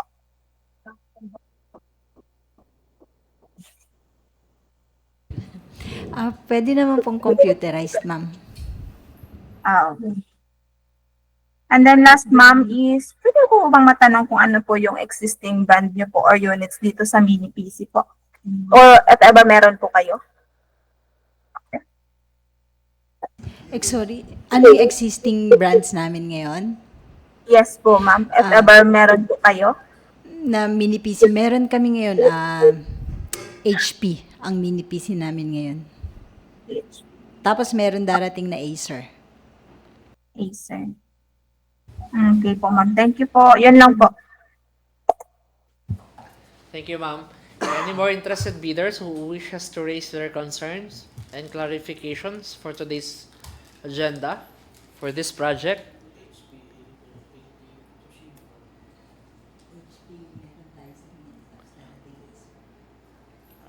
Calling once. Twice. Alright, thank you. Mr. Chair, just a few reminders. Any questions or clarifications not raised today may still be submitted in writing to the BAC through the BAC Secretariat 10 days before the opening of bids as stated in the bidding documents. Any supplemental bid bulletins, if necessary, will be issued to address concern raised and will form part of the bidding documents. Mr. Chair, that concludes our pre-bid conference for item 2.4, supply and delivery of 28 units of mini PC with bid number 255007. Bravo. Mr. Chair, with your permission, we will proceed at item 2.5 for pre-bid conference, supply, delivery, installation, and commissioning of cloud PBX system for various CAAP airport offices with bid number 255107. Bravo. ABC, 4,800,000 pesos. End user is still ITD, Mr. Chair. A gentle reminder for all interested bidders for this project, again, to kindly state your name, the company you represent. Thank you.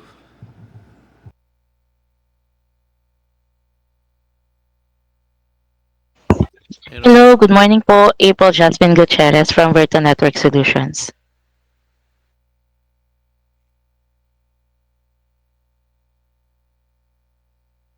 Siya lang. Any more interested bidders for this project? Kindly state your name, the company you represent to the chat box. While Good morning, Genevieve Batong from Procurement System po. alright, you. thank you, ma'am. Welcome po. Mr. Chair, we may now proceed. For all interested other bidders, kindly just type your name and the company you represent to the chat box while the pre-bid conference is ongoing. Thank you. Good morning. Welcome po sa pre-bid ng supply, delivery, installation, and commissioning of cloud PBX for various CAAP airports and offices. Bid number 255107, Bravo. As a background for this project, ang CBA po niya is 4,800,000. Ang mode of procurement po natin would be a competitive public bidding, and the delivery is required for 90 days from the issuance of the notice to proceed. For the bid data sheet for clause 5.3, one similar contract, 50% of the ABC. For the same major category of work would be the installation and commissioning of any cloud PBX system completed within 5 years prior to the deadline for the submission and receipt of the bids. For 14.1, the amount of not less than 2% of the ABC if the bid security is in cash, cashier's manager's check, bank draft guarantee, or irrevocable letter of credit. And also 5% of the ABC if the bid security is in surety bond. For 15.0, for all the documents, each page thereof shall be initialed and signed, duly signed by the authorized representatives. Pagination should be sequentially based on the entire span of the whole document inside the envelope. Each bidder shall submit one copy of the first and second components of its bid. For 19.1, the bidder must render its statement of compliance or conformity with bidding documents as enumerated and specified in Section 7, Technical Specification. For 19.2 clause, partial bid is not allowed. The project is packaged in a single lot and the lot shall not be divided into sublots for the purpose of bidding, evaluation, and contract award. For 20.2, the lowest calculated bid that complies should, the requirements and conditions shall submit its latest income and business tax through EFPS, any business licenses and permits required by law such as the registration certificate, mayor's permit, or tax clearances, and also the latest audited financial statements. Next page, please. The attached technical specifications or the terms of reference for this project shall be an integral part and inseparable part of the contract.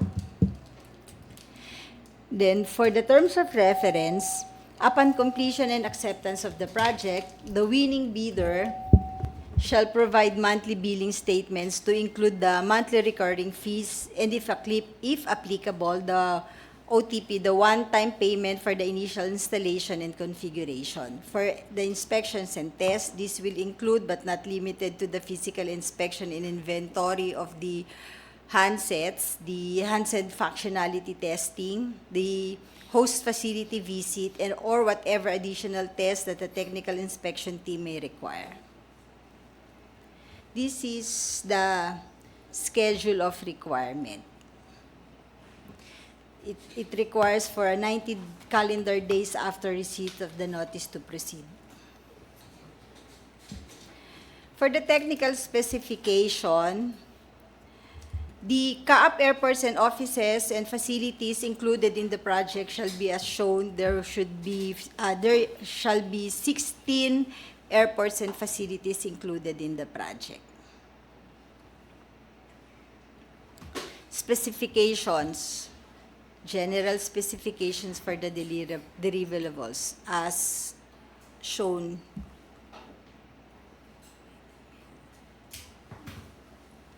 Specifications for the cloud PBX system, 1-year subscription.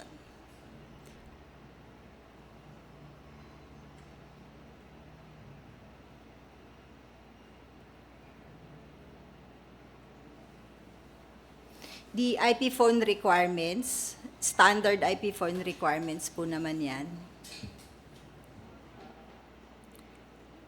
Next page. And this is the standard requirements for the IP phones. Next page, please. Other requirements can be seen from pages 35 to 36 of the bid docs. Next page. For the knowledge transfer, the winning bidder shall develop, provide, and facilitate the transfer of knowledge related to the project for the system administration and user, and also the troubleshooting and basic maintenance. CAAP shall provide the name of the participants for the training. The documentation requirements and the warranty and support as shown. These are the checklist. This is the checklist for the technical and financial documents, standard requirements for any CAAP biddings as shown.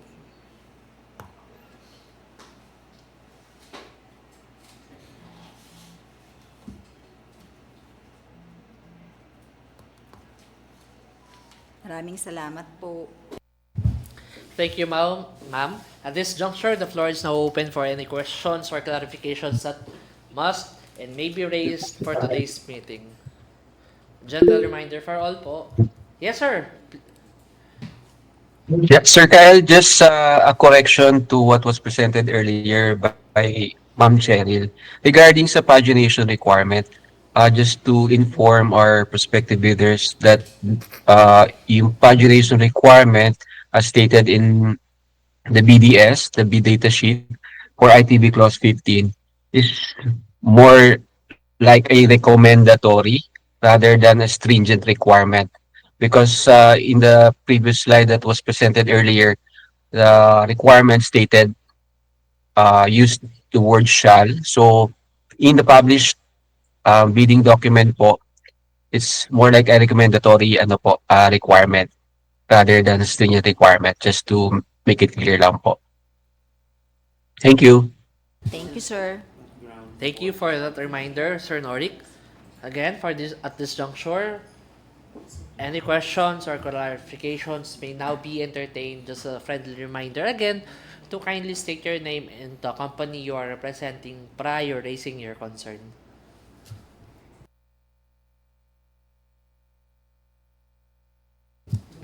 Once? Calling once? Yes, Sir Lucky Santiago, you are recognized po. Hello, sir. Good morning. Lucky Santiago from Verto Network Solution. Sir, clarification lang dun sa bid doc, page 31, sa technical requirements. The cloud PBX should be hosted within the Philippines. Can it be amendable to be nearby countries like Singapore, wherein the reason we opened this up, we prefer a vendor-neutral carrier. So, pag kasi mga local providers strictly within their services yung offered. So, hindi mag-guarantee yung 99% SLA. Sir, nawala yung ano mo, pero saang ano po sa page 31? Doon po sa technical requirements that naka-state po dito, the cloud PBX system is to be hosted within the Philippines. Host. Sir, ano naman hosted lang sa Philippines. Ano sir yung ano natin dyan, concern po sa pag yung pinaka-cloud, yung pinaka-PBX mo naka-host sa Philippines, sir? Yes po. Kung pwede pong nearby countries like Singapore, kasi mayroon pong mga big hosting company na pwede nating i-offer, which is vendor neutral or telco na mas mag-guarantee yung SLA. Thank you po dun sa question. I-verify po natin yan. Kailangan po lang namin pag-meetingan at saka i-assess po yung concern nyo po. Pwede pong i-gawa na po lang natin ng written concern, written sa formal written request para masagot po namin ng formal. I-send po namin yung yung concerns. Tapos po, i-clarify lang din po sa page 32 yung dedicated numbering plan for each airports. So meron po kasing parang sample doon. Yun po ba ay specific telephone number or dedicated telephone number per airport? Yes, or sir. Existing na po yun? Or bago po? Bago, sir. Bago. So, dedicated telephone lines per province or per airport? Yes, sir. Okay. Kahit yung tatlong digits lang niya. Ang yung last 3 digits po, no? Usually kasi sir, kung mapapansin nyo, 'di ba pag merong IATA letters yun, kung pwede namin sundan doon. Kung ano po yung hindi naman namin in-specify dito, pero kung bawat airport merong specific number, yun po sana ang mas madaling sundan kasi po. Thank you. Mas preferred nyo po, pero hindi naman po siya requirement. Hindi siya requirement. Opo. Okay. Thank you, sir. Thank you, ma'am. Any more interested bidders who wishes to raise their concerns or clarifications regarding this project? Sige po. Thank you po. Siguro i-message, i-send na lang po namin yung para mag-give floor sa ibang bidders. Yes, sir, please. Thank you. Okay. Thank you, Sir Lucky. Thank you po. Thank you. Any more interested bidders for this project? Calling one? Sir, good morning. Yes, Ma'am Genevieve. Procurement system. Sir, question lang po. Yung, pwede malaman yung existing Ma'am Jen. Sorry kanina. Po. Ma'am Jen, can you state your full name, the company you represent po? For records purposes. Sige, sir. Procurement system. Sir, yung yung Pwede malaman yung existing PH. Sa project na to, yung sa PBX, sa various airports, first time po ito, ma'am. Pero dito sa head office po, ang supplier namin is Philcom. Noted, ma'am. Noted po, ma'am. Tapos, ma'am, yung SLCC, kailangan talagang cloud siya, sir, ma'am. Yung ano po? Any cloud PBX kasi ano siya ang kaya natin ginawang ganyan kasi iba-ibang airports. So dapat at least para makita natin yung integrity talaga ng project dahil naka-cloud po siya sa iba-ibang airports. Talagang dapat po, sir, ma'am, nakita po namin na dapat yung company nakapag-install na po ng cloud PBX po talaga. Okay, noted po, ma'am. Thank you. Yes po, Sir Nordic. Thank you, Sir Kyle. In addition to what Ma'am Cheryl has said, no, not well, actually more than the integrity, yung experience po no ating prospective bidders in implementing this kind of project. Thank you. Thank you, sir. Any more interested bidders who wishes to raise their concerns for this project? Okay, calling once, twice. All right. Mr. Chair, just a few reminders. Any questions or clarifications not raised today may still be submitted in writing to the BAC through the BAC Secretariat 10 days before the stated opening of bids in the bidding documents. Any supplemental bid bulletins, if necessary, will be issued to address concerns raised and will form part of the bidding documents. Mr. Chair, that concludes our pre-bid conference for supply, delivery, installation of commissioning of cloud PBX system for various CAAP or airport offices. Okay, all interested bidders for the former project may now leave the meeting area. You are now excused po. Opo. Yes, Sir Lucky. Go ahead po. Now, Mr. Chair, proceeding to item 2.6, pre-bid conference, supply, delivery, installation and commissioning of Internet Access Gateway Appliance with bid number 255207 Bravo with a BC of 10 million pesos. And user is still ITT, Mr. Chair. For all interested bidders for this project, kindly state your name, the company you represent through the chat box po while the pre-bid conference is ongoing. Thank you.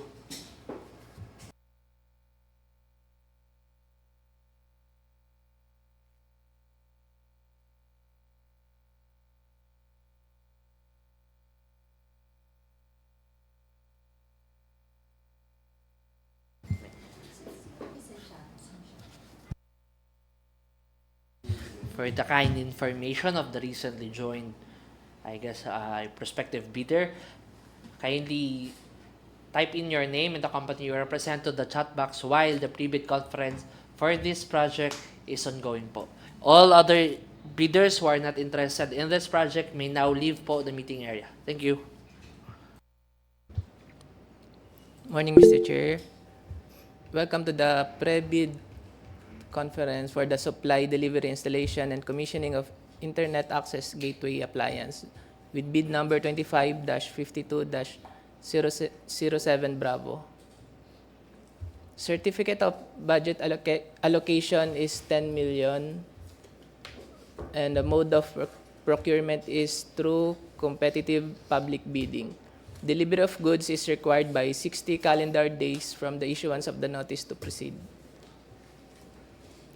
Bid data sheet ITB clause 5.3 pursuant to section 23.5.1.3 of the 2016 revised IRR of RA number 9184, the bidder shall have an SLCC that is at least one contract similar to the project, amount of which shall be equivalent to at least 50% of the ABC. For this purpose, contracts similar to the project refer to contracts which have the same major categories of work, which shall be installation and commissioning of Internet Access Gateway Appliance, completed within 5 years prior to the deadline for the submission and receipt of bids. Clause 14.1, the bid security shall be in the form of bid securing declaration or any of the following forms and amounts.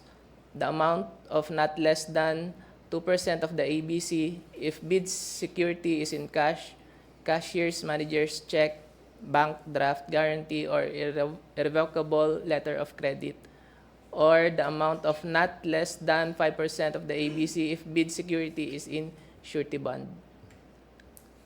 Clause 15.0, each and every page thereof shall be initialed, signed by the duly authorized representatives of the bidder.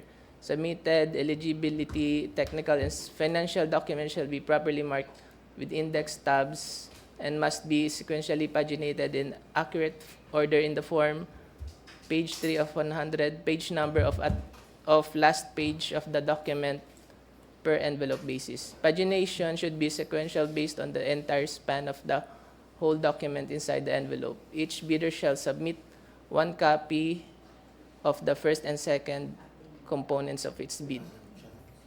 Clause 19.1, the bidder must render its statement of compliance, conformity with bidding documents as enumerated and specified in the technical specifications. ITB Clause 19.2, partial bid is not allowed. The project is packaged in a single lot and the lot shall not be divided into sublots for the purpose of bidding, evaluation, and contract award.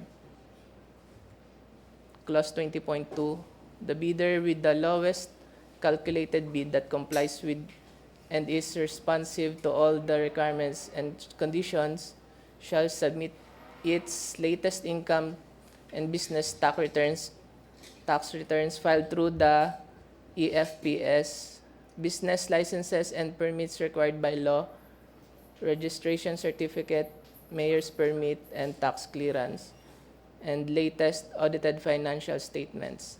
Failure to submit any of the post-qualification requirements on time or a finding against the veracity thereof shall disqualify the bidder of award, provided that in the event that a finding against the veracity of any of the documents submitted is made, it shall cause the forfeiture of the bid security in the accordance with Section 69 of the IRR of RA 9184.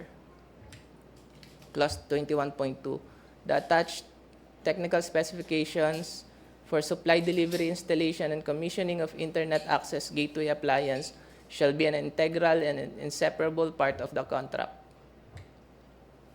Special conditions of contract 2.2 is the terms of payment shall be as follows: payment of 100% of the contract price upon completion and financial acceptance of the project.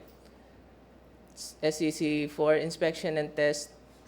The inspections and tests that will be conducted shall include but not limited to physical inspection, inventory, functionality testing, and or whatever additional tests that the technical inspection team may require. And this is the schedule of requirements as shown on screen. And for the technical specification, the deliverables and its specification is as shown.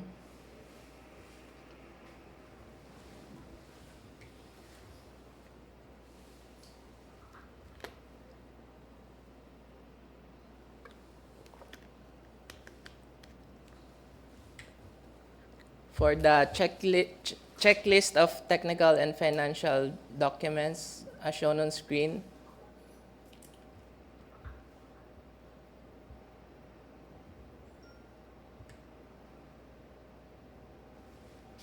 and for the financial component envelope,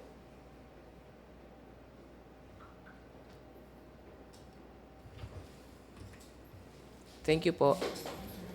Thank you, end user, for that presentation. Now, at this juncture, the floor is now open for any questions or clarification. Just a friendly reminder before that, Mr. Chair, through the chair po, just clarifications pertaining to the ITB clause to the pagination po.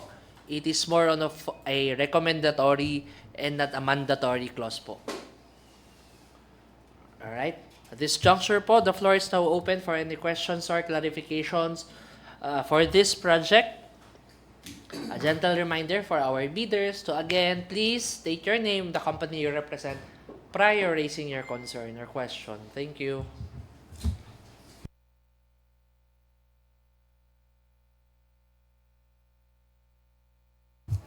Alright, calling once, twice,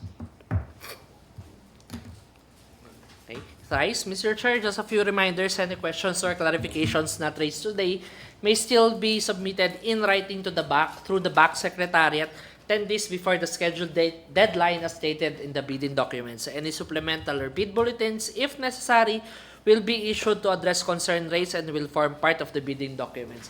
Mr. Chair, that concludes our pre-bid conference for supply, delivery, installation, and commissioning of Internet Access Gateway Appliance with bid number 255207 Bravo with ABC of 10 million pesos. Mr. Chair, for other matters, that's all for our pre-bid conference. For other matters, we have one from the BAC Secretariat as discussed. For all interested bidders who are currently admitted, you are now excused po and may now leave the meeting. Thank you. Thank you, sir.